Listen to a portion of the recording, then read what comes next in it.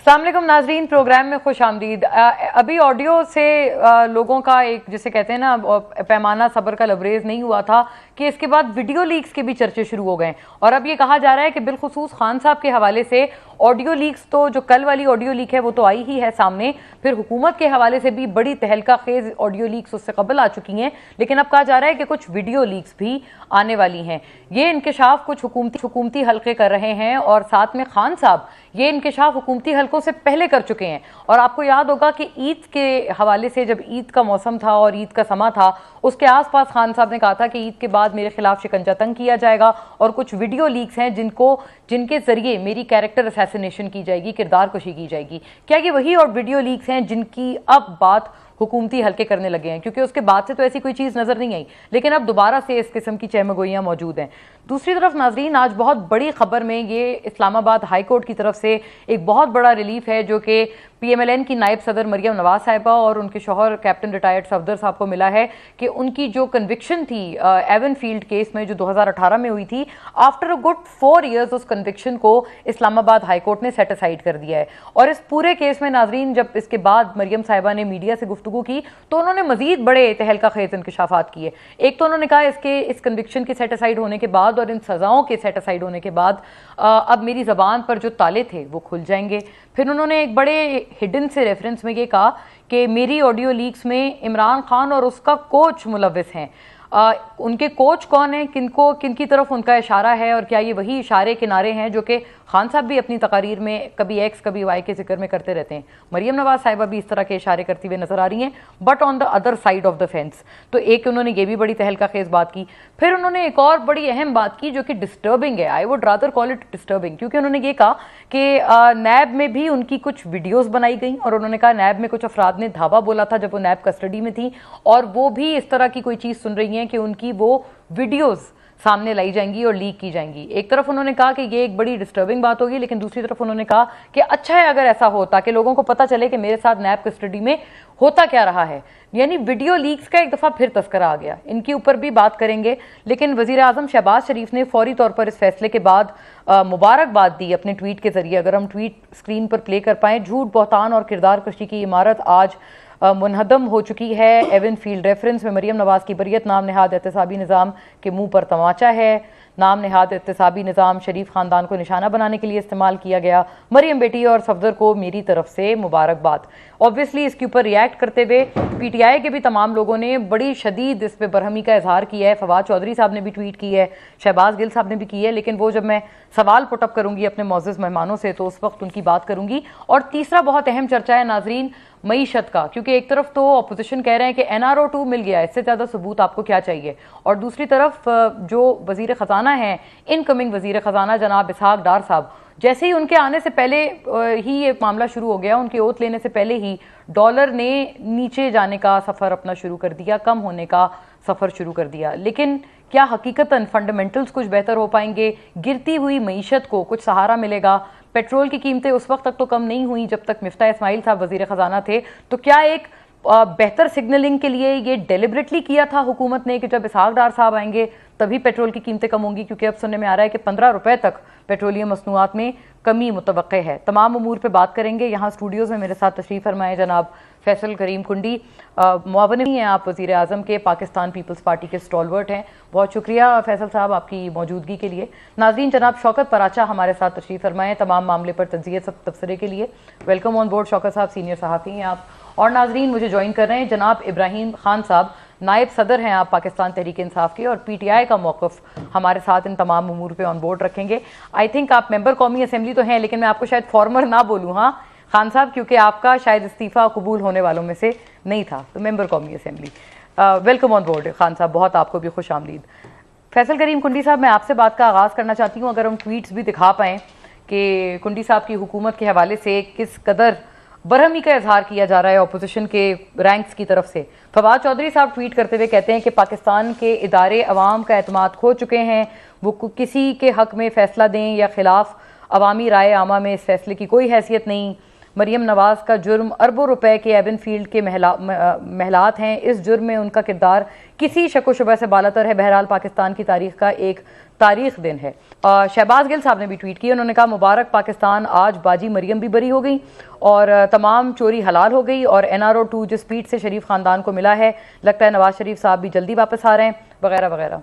फैसल करीम कुंडी साहब, बड़ी संगीन इल्ज़ामात। NRO 2 इसलिए कहकर मुखातिब किया जा रहा है क्योंकि एक के बाद एक, यके बाद दीगरे लोग अपनी सजाओं से फ्री होते जा रहे हैं या इल्ज़ामात से फ्री होते जा रहे हैं। बिस्मिल्लाहिर्रहमानिर्रहीम। देखिए, आप अपोजिशन से क्या उम्मीद रखते थे कि मुबारक, ये अच्छी बात है। मैंने काफ़ी अर्से बाद शहबाज गिल साहब का नाम भी सुन लिया और कोई ट्वीट भी उनकी मैंने वो कर लिया, वरना चीफ ऑफ स्टाफ हैं गालिबन इमरान खान साहब के। अब नहीं, अब तो शिबली साहब हैं। अच्छा, मुझे नहीं पता। चलो, शिबली साहब को मुबारकबाद हम देते हैं, चीफ ऑफ स्टाफ बन गए। दूसरी बात यह है कि देखें, अगर फवाद चौधरी साहब ये समझते हैं कि उनको एतमाद नहीं है दौरों पे और आवाम को भी एतमाद नहीं है, तो फिर आप क्यों जाते हैं अदालतों में? फिर आप क्यों माफ़िया मांगते हैं? फिर जुर्रत कर लेना, फिर कहें कि जी हम माफ़ी भी नहीं मांगते, हम आप पे एतमाद भी नहीं करते, हम ये खड़े हम आपके ऊपर कुछ नहीं करते। फिर आज जुर्रत करें, ट्वीटों से इन चीज़ों से नहीं होती। देखें ना, अभी तो वो आज देखें, या तो वो चैलेंज करें। देखिए, उस पर मैं आ रहा हूँ।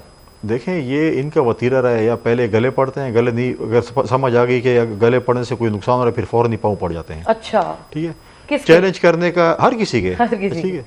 अब चैलेंज करना इनका एक जमहूरी हक है। हाँ। किसी ने हक नहीं। अगर आपको इतराज़ है, कानूनी हक भी है, इस फैसले पे इतराज़ है, आप बिल्कुल चले जाएं। अगर वो आज अदालत में होते या उनके कोई नुमाइंदे होते, आज जज साहबान ने जो सवालात उठाए, हम तो देखें, हमने तो पहले दिन से कहा, जब ये 4 साल जब इनकी हुकूमत शुरू हुई, कि नए पॉलिटिकल विक्टिमाइजेशन के लिए, अब भी नहीं, इससे पहले भी नवाज शरीफ साहब की हुकूमत थी, उस वक्त भी हमने कहा कि नए पॉलिटिकल विक्टिमाइजेशन के लिए इस्तेमाल होती है, नए पार्टियाँ तोड़ती है। नैब ने हमेशा सरकारी मुलाजमीन को पकड़ा है, अरबों रुपए की उन्होंने करप्शन की होती है, करोड़ों दे दें, बाकी पैसे क्लियर कर लें।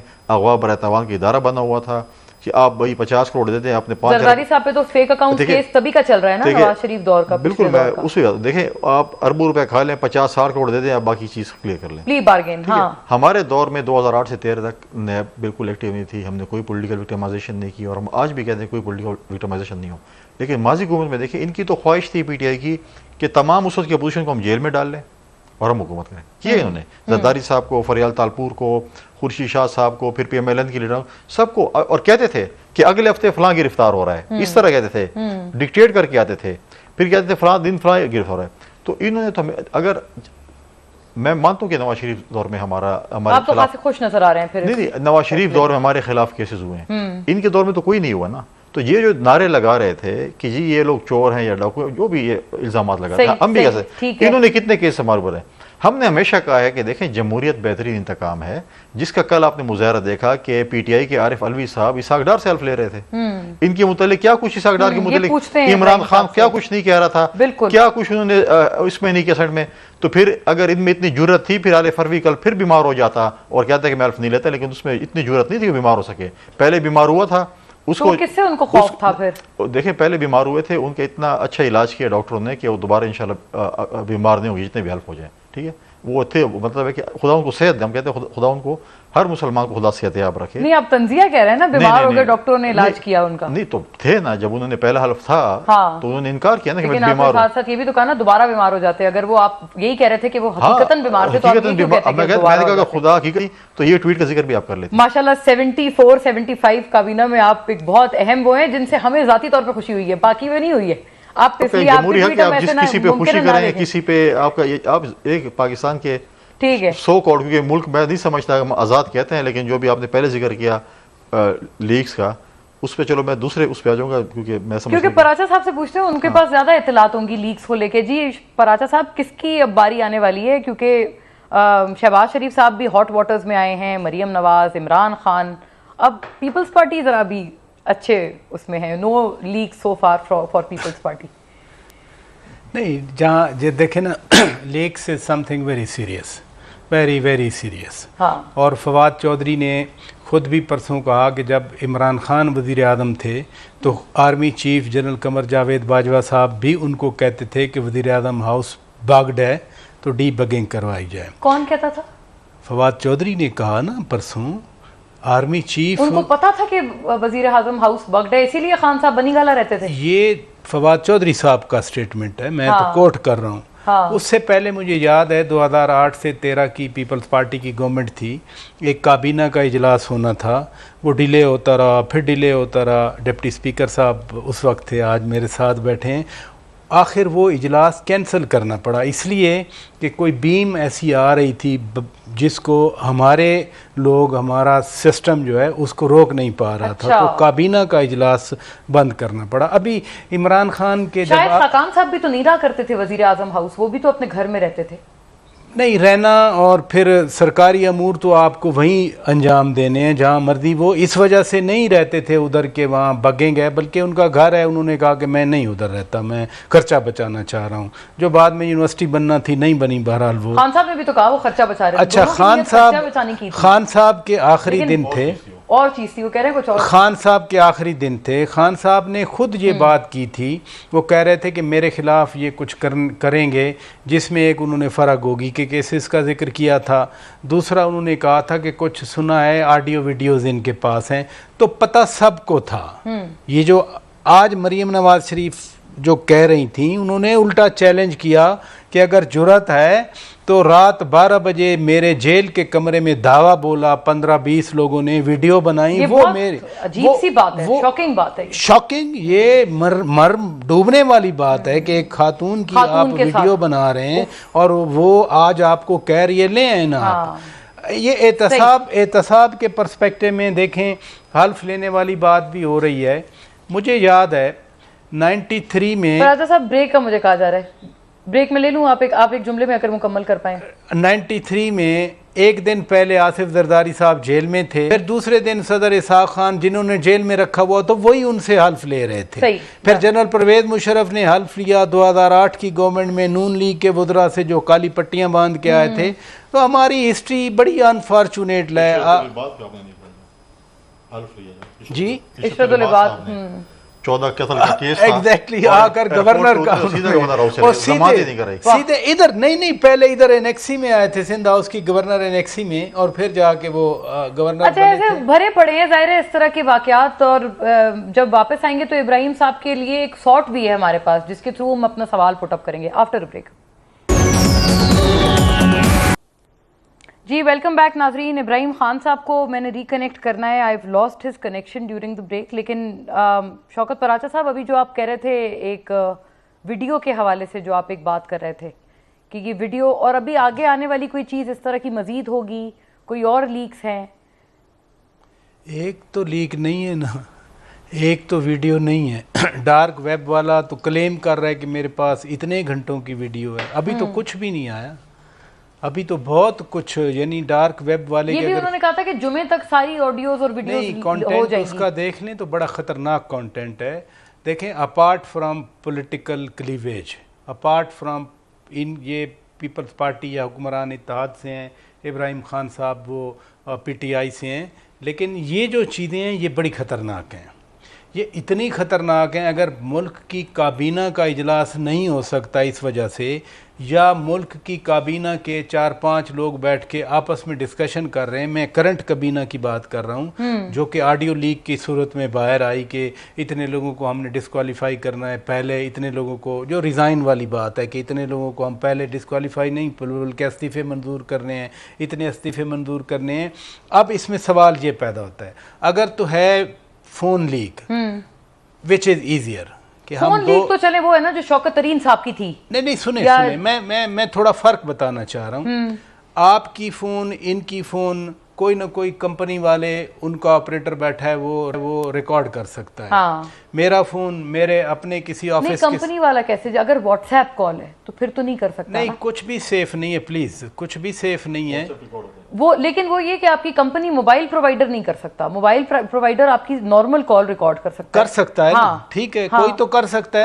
आप छोड़ देना, इस वक्त कौन कर सकता है? सही है। लेकिन यहाँ सवाल ये पैदा होता है कि 5-6 MNA members of the cabinet, prime minister बैठ के आपस में बातें कर रहे हैं, वो तो फोन नहीं कर रहे, वो तो सामने बैठे हुए हैं, और वो भी उनकी बातें रिकॉर्ड हो रही हैं। यानी कहीं ऑब्वियसली कुछ डिवाइस है, बग्ड इसी को कहते हैं ना हम, बगिंग, जो मैं पहले आपसे बात कर रहा था जी, वो तो ऑब्वियसली। अच्छा, अब जो डार्क वेब वाला है वो कोई बाहर तो नहीं बैठा, बाहर नहीं बैठा, बाहर तो नहीं बैठा ना, मुल्क से बाहर तो नहीं बैठा, अंदर से ही उसको मिल रहा है ना। उसको ये भी पता है 13वें नंबर पे कौन है, वो 13 नंबर का एक इशारा कर रहा है। मैं इसको एक्सप्लेन नहीं करना चाह रहा कि 13 का मतलब क्या है, लेकिन वो बाकायदा, यानी उसको हमारी हायरार्की का पता है, उसको ये पता है 13 नंबर पे कौन है, उसको ये पता है कि लॉ मिनिस्टर कौन है, उसको पता है इंटीरियर मिनिस्टर कौन है। तो कहा जाता है ना कि जी गैर मुल्की जो है ना वो हमें तंग करते हैं। अरे जिसको पता है आपके निज़ाम का, जिसको पता है कि ये तो आपके अंदर से कोई इनसाइडर जॉब है। तो इसलिए मैं कह रहा हूँ कि बड़ी ही खतरनाक सूरत हाल है। इसका दूसरा एंगल ये भी हम ले सकते हैं कि जी शुरू पहले ही गुंडी साहब भी वैसे गालिबन इस पे कुछ कहना चाह रहे थे। गुंडी साहब, आप ऑडियो लीक और वीडियो लीक पे, ये तो बहुत मतलब सीरियस एलिगेशन है जो कि इस वक्त आपके ऊपर है बतौर गवर्नमेंट ऑफ द डे। देखें, बड़ा अफसोसनाक ये अमल है। देखिए, हम अपने आप को एक जमहूरी मुल्क कहते हैं कि हम आज़ाद शहरी हैं, सो कॉल्ड, और हम एक जो है वो एक न्यूक्लियर स्टेट हैं। आज हम अपने दुश्मनों को क्या पैगाम दे रहे हैं कि पाकिस्तान एक न्यूक्लियर स्टेट है, उसका प्राइम मिनिस्टर हाउस जो है वो सेफ़ नहीं है, वो बग्ड है। वज़ीर-ए-आज़म के जो सिक्योरिटी है उसके ऊपर बहुत बड़ा क्वेश्चन मार्क है, वज़ीर हाउस के, वज़ीर-ए-आज़म सेक्रेटरी की, कि वो अगर वज़ीर-ए-आज़म हाउस और सेक्रेटरी की ये पोजीशन है तो नीचे अवाम की क्या पोजीशन होगी। जहाँ तक आपने कहा कि व्हाट्सएप नहीं रिकॉर्ड हो सकता और फ़ोन, देखिए रिकॉर्ड हो सकता है, व्हाट्सएप भी रिकॉर्ड होता है, हुआ भी है कई जगहों। बल्कि जो शौकत तरीन वाली कॉल थी वो तो उन्होंने बहुत दफ़ा कहा है, हमारे पास भी प्रोग्राम में आए थे, उन्होंने कहा वो तो व्हाट्सएप कॉल थी, तो हुआ तो है। व्हाट्सएप भी रिकॉर्ड होता है, फ़ोन भी रिकॉर्ड होता है, सब कुछ रिकॉर्ड होता है इसमें। और अब जो है आपने देखा होगा जब इमरान साहब जो हैं वो हुकूमत से उतरे, कुछ उनकी जो है वो ऑडियो जो उनकी बुशरा बीबी की और उनकी आई थी, तो उस वक्त वो नहीं थी, उससे पहले की थी जब हुकूमत में थे। या फिर मलिक रियाज साहब की एक ऑडियो आई, लेकिन कोई वक्त का इंतजार कर रहा था कि जी ये जाएं, प्रेसिडेंट ज़रदारी साहब के साथ जब उनकी आई तो वो भी उस वक्त भी इमरान खान हुकूमत में थे। जी। और इस मुल्क में अगर साबिक सदर की और मौजूदा वज़ीर-ए-आज़मों की रिकॉर्डिंग हो तो फिर एक बात ये जो भी पराचा साहब ने की ना, उन्होंने कहा आपके सिस्टम के, आपके मुल्क के अंदर बैठ के ये कोई कर रहा है, तो ये तो एलिगेशन आपके ऊपर आया ना as sitting government of the day. नहीं, मैं कह रहा हूँ कि मैं पिछले जब वज़ीर-ए-आज़म हाउस की हुई है तो उस वक्त इमरान वज़ीर-ए-आज़म थे, उन पे भी आया। नवाज शरीफ साहब, अब शहबाज शरीफ साहब वज़ीर-ए-आज़म है, तो वज़ीर-ए-आज़म हाउस और वज़ीर-ए-आज़म जो ऑफिस है उसके ऊपर सिक्योरिटी में बहुत बड़ा क्वेश्चन मार्क है। कोई बगिंग तो नहीं है, सैटेलाइट्स तो नहीं कर रहे ना। अगर हम इस कमरे में बैठे हैं और चीज बग्ड हुई है तो इधर आपके किसी स्टाफ मेंबर किसी ने, और ये इनसाइडर जॉब देखिए यहाँ पर इस कमरे में एक्सेस तो आपके चैनल के लोगों को है ना। आप यही मेरा अर्ज है। तो अब वही कह रहा हूँ कि प्राइम मिनिस्टर सेक्रेटरीट और प्राइम मिनिस्टर हाउस की सिक्योरिटी पे बहुत बड़ा क्वेश्चन मार्क है। पाकिस्तान में बड़ा अफसोसनाक एक अमल ये होता है कि हम कमेटी बना लेते हैं, भाई हाई पावर डेली वो बन गया है, और उस पर हम पैसे भी खर्च करते हैं, सबसे बेहतरीन तरीका उस पर हम पैसे भी खर्च कर लेते हैं और कौम को नहीं पता। हाँ, ये पता चलता है कमेटी में। और आपके टॉक शोज के लिए भी तो मवाद मिल जाता है ना, आपसे कोई बंदा पूछे आप कहेंगे हमने उस पर कमेटी बना दी। कमेटी में मैं हूँ या कोई और है, मैं कोई चीज़ें पराजा साहब को बता देता हूँ कि ये बात हो गई, कुछ आपको देती हूँ, कुछ इन्होंने कह दिया ज़रा से पता चल गया, आपने कह दिया ज़रा से पता चल गया, किसी और ने कह दिया ज़रा से पता, वो आ जाएगा। उसके बाद वो कमेटी का न रिपोर्ट है न कुछ है, ये पता है। तो ये बड़ी अफसोसनाक अमल है और इसका मैं समझता हूँ कि ये होना चाहिए। इमरान साहब जब हुकूमत से उतरे तो वो कह रहे थे, देखिए मेरी बहुत चर्चा था कि उनकी कोई वीडियो आने वाली है और कह रहे मेरी वीडियो आ रही है और लाई जा रही है मेरी वीडियो, और ये है और वो है। तो मतलब उन्होंने बड़े अपने तकरीरों में बहुत जिक्र किया। तो ये चीज़ें मैं समझता हूँ कि बड़े एक अफसोसनाक अमल है। और जो जिस तरीके से आप वो जो वेबसाइट वाले हैं और वो जो कह रहे हैं कि हमारे पास बहुत ज़्यादा ऑडियोज़ और वीडियोज़ मौजूद हैं, तो उस वक्त तक तो वीडियो नहीं आई थी ना, वो ईद के आसपास का टाइम में आई रिकॉल पर आता। साहब को भी याद होगा, खान साहब कहते थे ईद के बाद मेरे ऊपर एक ये किरदार कुशी मेरी की जाएगी, लेकिन उस वक्त तक नहीं हुई। अब 7 अप्रैल की बात बता रहा हूँ जब खान साहब ने ये बात हमारे सामने की थी। उन्होंने कहा था कि इनके पास कुछ ऑडियो वीडियोस हैं, लिहाजा मालूम उनको था।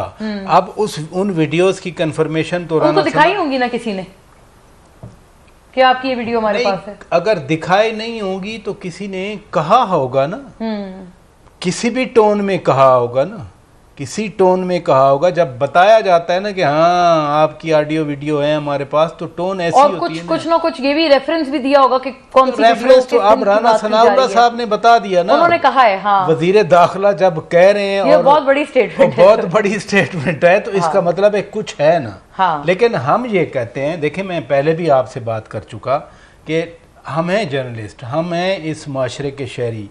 हम इस चीज़ को कंडोन नहीं करते, हम इस चीज़ की हमायत नहीं करते, हम इस चीज़ को पसंद नहीं करते। अल्लाह ताला ने भी तो ऐबों पे पर्दा डालने का खुद कहा है ना, अल्लाह ताला ने कहा है ना कि मैं राज़दार हूँ ना। और ये फिर खुदा के कानून को जो वायलेट करते हैं, जो इस तरह की कहूँगा हरकतें करते हैं कि लोगों के ऐब सामने ले आते हैं। और अच्छा टाइमिंग भी बड़ा क्रिटिकल है। मैं इसके ऊपर ज़रा ब्रेक पे जाके मजीद बात करते हैं कि जब प्रॉब्लम के साथ या किसी को फंसाना हो तो उस पॉइंट पे ये क्यों, क्योंकि जैसे अभी हम बात कर रहे थे कि ये वीडियोस ऑडियोज मुबैना तौर पे पहले की हैं, अभी की नहीं। After a break.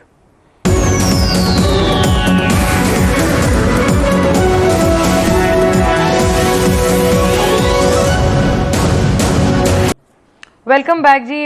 Ibrahim Khan sahab हमारे साथ गालिबन हैं अभी, ताकि हम उनसे बात कर लें। ओके, अभी जब वो हमें रिकनेक्ट करते हैं, लेकिन ये बात बड़ी अजीब सी है कुंडी साहब कि आप कह रहे हैं कि साइफर पे तो तहकीकात ना हो, लेकिन साइफर के मुतालिक जो ऑडियो है उस पर तहकीकात हो जाए।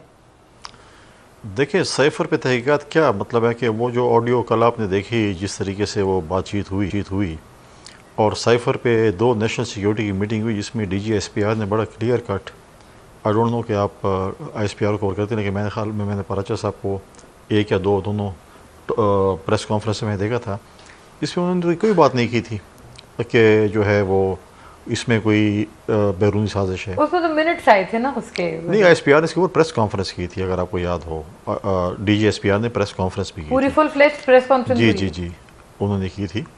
और उसके बाद अगर आप देखें, चलो फॉर एग्ज़ाम्पल हम उसकी बात मान लें, उसके बाद जिस तरीके से बकत अमेरिका के एम्बेसडर्स की इन्होंने की, फिर इनका एक डेलीगेशन आया और आरिफ अलवी साहब जिसका ताल्लुक PTI से है, उनको जिस तरीके से तमगे पेश कर रहे थे, और फिर एक फॉर्मर एम्बेसडर की वाइफ इमरान से मिली, फिर इनके लॉबियस्ट को हायर किया गया। और आपने देखा होगा कि रिसेंट चेयरमैन बिलावल भुट्टो जरदारी साहब की प्रेस कॉन्फ्रेंस में उनके लॉबियस्ट ने जिस तरीके से सवाल पुट किया, और बिलावल साहब ने कोई उस पर। अच्छा, आप क्यों कह रहे हैं कि वो लॉबियस्ट हैं, आपको क्या पता? देखिए, बिल्कुल है। उन्होंने सवाल कर दिया, आपको अच्छा लगे, आपने उसे लॉबियस्ट कह दिया? नहीं, हमने देखें, कभी आपने हमारे फॉरेन मिनिस्टर को ये सुना कि मैं जाकर इमरान खान साहब को जेल में डालूंगा और जेल में डाल के उससे फ्रिज ले लूंगा, उससे AC ले लूंगा, उससे पंखा ले लूंगा, उसको दवाई नहीं दूंगा?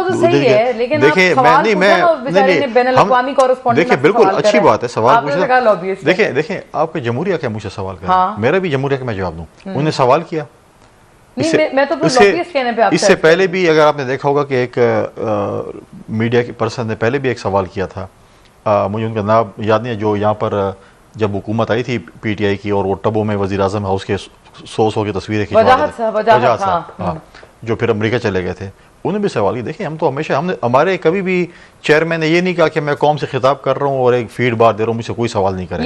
ये बात नहीं है। हाँ, हम सवाल जमहूरी हक है। अच्छा लगे आप उसको बोले लॉबियस्ट। नहीं, हमें तो हमने कभी नहीं कहा कि सवाल अच्छा नहीं लगा। उन्होंने सवाल किया, उन्होंने बड़े तफसील। क्यों कह रहे हैं? नहीं, उन्होंने हायर किया। क्या उन्होंने लॉबियस्ट फर्म हायर नहीं की? अच्छा, कल उन्होंने कहा कि हमने कल रऊफ हसन साहब थे जो उनके ये इंटरनेशनल अफेयर्स के सारे मामला देखते हैं, वो कह रहे थे हमने, कहते हैं वो लॉबिंग फर्म नहीं है, वो बेसिकली मीडिया मैनेजमेंट फर्म है, जो भी नाम जो उनके इंटरव्यूज वगैरह और आर्टिकल्स को मैनेज करते हैं। इनके मतलब है कि बहुत से इनके उसमें ग्रामर में बहुत सी चीज़ें होती हैं। कभी कहते हैं, वो ऐसे भी होते हैं, कभी कभी लोगों को डिसोन भी करते हैं कि मैं तो आपको जानता भी नहीं हूँ कौन है। अच्छा, हायर भी मैं पूछ लेती हूँ इनसे। हमारे साथ हैं इब्राहिम खान साहब जी। इब्राहिम खान साहब, हम बड़ी देर से आपको कनेक्ट करने की कोशिश कर रहे थे, आपसे रब्ता नहीं हो पाया। उम्मीद है मेरी आवाज़ अब आपको मिल रही है। बड़े सारे इस वक्त पॉइंट्स हैं जो कि कुंडी साहब ने रेस किए हैं। सबसे पहले तो वो ये कह रहे हैं, जिस इसहाक डार साहब पे आपको इस कदर तशवीश है और आपको बहुत शिकायत है, उनसे आपके प्रेसिडेंट अगर हल्फ ले रहे हैं तो कोई राहें जुदा नजर आ रही हैं। वो कह रहे हैं उनकी सियासी तबीयत भी ठीक हो गई है। प्रेसिडेंट साहब के हवाले से ये बात की है उन्होंने, कुंडी साहब ने। देखिए, इसमें कुंडी साहब का बड़ा वैलिड सवाल है और बिल्कुल प्रेसिडेंट साहब मेरे ख्याल में अगर चाहते तो प्रेफरेबली वो इससे इनकारी हो सकते थे कि मैं नहीं लेना चाहता इनसे हल्फ, आप चीफ जस्टिस से दिलवा दें या अच्छा, ये आपको आपके व्यू में ये करना चाहिए था प्रेसिडेंट आरिफ अलवी को, जो उन्होंने नहीं किया? नहीं, मैं ये नहीं कह रहा था कि करना चाहिए था या नहीं करना चाहिए था, ये उनका स्वास्थ्य इख्तियार है। लेकिन एक चीज आप क्लैरिटी की तरफ जाएं, ये निटी-ग्रिटीज में जाने के बजाय मेन चीज पे फोकस करें कि ये जिन मकासद के लिए ये PDM बनी और जिन मकासद के लिए आए थे वो NR2 इन्होंने मुकम्मल अचीव कर लिया। अपने केसेस भी खत्म करवा लिए नैब से, नैब को रिडंडेंट कर दिया। उसके बाद इन्होंने अब 1 बाय 1 जो है अपने एब्सकॉन्डर्स को भी, इश्तेहारियों को भी जो है वो वापस क्यू में लाना शुरू कर दिया है और उसको दिगर कवर के साथ वापस लाई जा रहे हैं। पर ये मुल्क के लिए ये चीजें अच्छी नहीं है। मैं तो बहसियत पाकिस्तानी बात से एक बात कर रहा हूँ कि मुल्क के लिए और कौम के लिए ये चीजें अच्छी नहीं है कि जितना तमस्कर पाकिस्तान का और हमारे मुल्क के निज़ाम अदल का उड़ाया जा रहा है पूरी दुनिया में, इसकी कोई मिसाल नहीं मिलती। और जिस तरह से मकसद मामलात को हैंडल किया जा रहा है, मैं समझता हूँ बहुत अनफॉर्चुनेट है हमारी आने वाली नस्लों के लिए भी। और इब्राहिम साहब, अभी मरियम नवाज साहिबा ने इस पूरे लीगल पूरे इस प्रोसेस के बाद और उनकी सेंटेंसेस के सेट असाइड होने के बाद जब मीडिया से बात की तो उन्होंने बड़ा संगीन इल्जाम आपके दौरे हुकूमत के हवाले से लगाया। उन्होंने कहा जब वो नैब कस्टडी में थी तो कुछ अफराद ने धावा बोला था वहां पे और उनकी वीडियोस बनाई गई थी। तो ये तो बड़ा संगीन इल्जाम है कि आप एक खातून जो अंडर कस्टडी हैं, आपकी गवर्नमेंट में मतलब ये हुआ है तमाम नैब कस्टडी में। देखिए, मैं मरियम हो या कोई और हमारे मुल्क की खातून हो, हमारे लिए इक्वली इंतहाई काबिल एहतराम है। जिन लोगों ने वो किया, क्या इमरान खान साहब उसमें शामिल थे या इमरान खान साहब के चीफ ऑफ स्टाफ साथ मौजूद थे? ऐसा नहीं है। जो लोग भी कर रहे हैं उनको सामने लाया जाए और उनको करारवा की सजा दी जानी चाहिए ताकि इस किस्म की रेपिटेशन ना हो। ये है असल इसका। जी, आइडियली स्पीकिंग ये बिल्कुल बात दुरुस्त है, लेकिन अगर ये उस टाइम आपके दौरे हुकूमत में हो रहा था तो क्या आपको नहीं लगता कि आपकी भी ओनरशिप इसमें कहीं ना कहीं से तो उनको कहा गया होगा या नहीं? ये उनके वर्ड्स हैं, वर्ड ऑफ माउथ को सीरियस नहीं लिया जा सकता जब तक अपनी जो भी एलिगेशंस लगा रही हैं इन राइटिंग लेके हैं। अब तो फेडरेशन में गवर्नमेंट भी उनकी है और मेरे ख्याल में जिन लोगों ने उस वक्त वो उनको वहाँ पे कराची में का मेरे ख्याल में ये वाकया है, तो वहाँ पर पीपल्स पार्टी की गवर्नमेंट थी। अगर कोई फेडरेशन की किसी इदारे कराची का, एक सेकंड इब्राहिम साहब, कराची का तो वो वाकया है ना, वो जो वो होटल में हुआ था जब वो वहां गई थी एक आई थिंक पीडीएम के जलसे में। नहीं, मैं उसकी मैं बात नहीं, मैं उसका अर्ज कर रही हूँ कि वो कह रही थी जब वो नैब की कस्टडी में थी तब उनकी वीडियोस बनाई गई हैं। ये आज उन्होंने प्रेस टॉक करते हुए बात की है, नॉट ऑफ कराची। मैं सिर्फ इतना अर्ज कर रहा हूँ कि जो भी है उसको इनको ऑन रिकॉर्ड ला के अकॉर्डिंग टू द लॉ उसको जो है फर्दर प्रोसीड करना चाहिए ताकि जो भी इसमें कल्प्रेट्स हैं, किसी भी जमात से हैं या किसी के कहने पे हैं या क्या है क्या नहीं है, सब चीजों को ऑन रिकॉर्ड ला के वो करें, बजाय इसके कि सिर्फ ये कहने से तो फर्क नहीं पड़ता। कुछ सबूत होंगे, कुछ मामलात होंगे, सही सबूत दिए जाएं। ठीक है, वो तो कह रही है कि वीडियो है, तो कहती हैं अगर वीडियो सामने आ जाए तो पता चलेगा पूरी दुनिया को कि मेरे साथ क्या हुआ। अच्छा इब्राहिम साहब, एक वीडियो भी है हमारे पास, एक शॉट है जिससे हम एक सवाल आपकी तरफ पुट अप करेंगे, बट आप नाजरीन।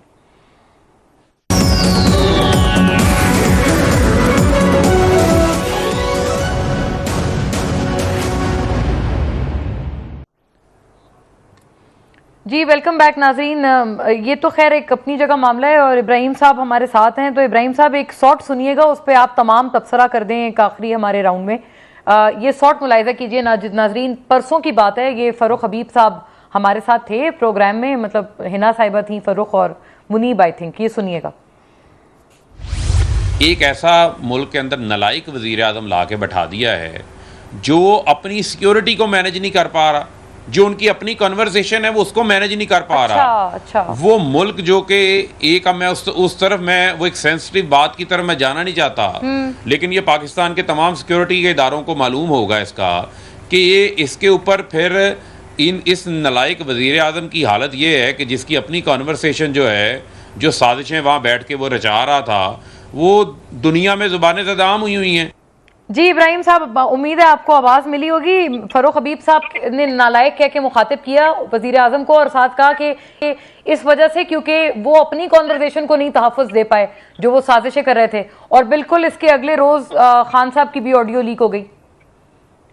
जी देखें, मैं समझता हूँ इसमें जो भी थर्ड पार्टी इन्वॉल्व है ये सारी वीडियोस और ऑडियोस बनाने में, बेसिकली उनकी तरफ आए सीधा। जब तक as a whole, as a nation, आप जो भी ओरिजिनल कल्प्रेट्स हैं, किसी की प्राइवेसी को जो है वो एक्सपोज करने वाले या किसी की प्राइवेसी को इंटरफेयर करने वाले, चाहे वो अनलेस के कोई ऐसे मामलात हों कि जिनमें के नेशनल सिक्योरिटी डायरेक्टली इफेक्ट हो रही हो, इससे हट के किसी की जाती जिंदगी के मामलात में ये तो अगेंस्ट द लॉ है। नहीं, लेकिन ये जाती जिंदगी का मामला तो नहीं है, ये तो जाहिर है ये तो स्टेट के मैटर्स की और नेशनल लेवल की बातें हो रही है ना, कि साइफर को और जो इवन जो मरियम नवाज साहिबा की थी वो भी जाती एज सच नहीं है मामला।